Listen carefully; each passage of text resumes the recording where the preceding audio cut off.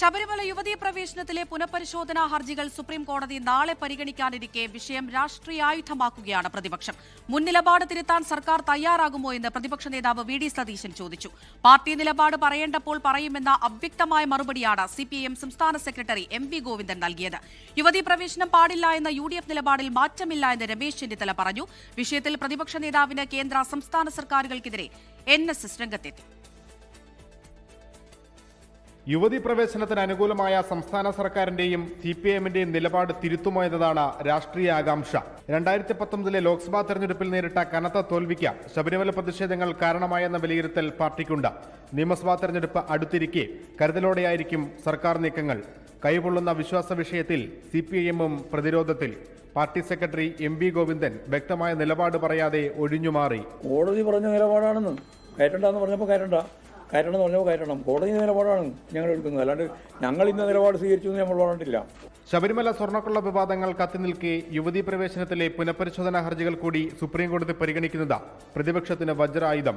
സിപിഐഎമ്മിനെയും സംസ്ഥാന സർക്കാരിനെയും പ്രതിരോധത്തിലാക്കുകയാണ് യു.ഡി.എഫ്.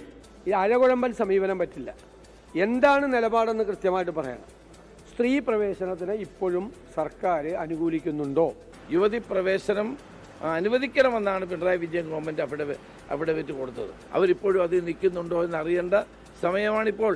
കോടതി നിലപാട് കാത്തിരിക്കുന്നുവെന്ന് പറഞ്ഞ നിയമമന്ത്രി പി രാജീവ വിഷയത്തിൽ പ്രതിപക്ഷ നേതാവിന് അസാധാരണ തിടുക്കമെന്നും കുറ്റപ്പെടുത്തി. അദ്ദേഹത്തിന് അസാധാരണമായി തിടുക്കം, ഒരു മിനിറ്റിന്റെ തിടുക്കം ഇതിനല്ല, വേറെ കസേര കണ്ടുള്ള തിടുക്കം. നമ്മൾ എന്തിനാ ഈ അസാധാരണമായി തിടുക്കം കാണിക്കുന്നത്? യുവതി പ്രവേശനത്തിൽ കേന്ദ്ര സർക്കാർ ഒന്നും ചെയ്തില്ലെന്ന NSS general secretary G Sukumaran Nair. നിലവിലെ നിലപാട് സംസ്ഥാന സർക്കാർ സുപ്രീം കോടതിയിൽ തിരുത്തുമെന്ന പ്രതീക്ഷയും ജി സുകുമാരൻ നായർ പങ്കുവച്ചു. ഗവൺമെന്റ് ഈ കാര്യത്തിൽ എന്ത് നിലപാടെടുക്കുമെന്ന് നമുക്ക് അറിഞ്ഞുകൂടാ. തിരുത്തണമെന്ന് പ്രതീക്ഷയുണ്ട്. അത് തീർച്ചയായിട്ടും ഞങ്ങൾക്ക് അങ്ങനെ ആഗ്രഹമുണ്ടല്ലോ. ഇടപെട്ടിട്ടുള്ളത് ശരിക്കും പറഞ്ഞാൽ എൻ.എസ്.എസ് അല്ലേ ഉള്ളൂ ഇതിനെതിരായിട്ട്. വിവിധ ബ്യൂറോകൾക്കൊപ്പം 24 കോട്ടയം.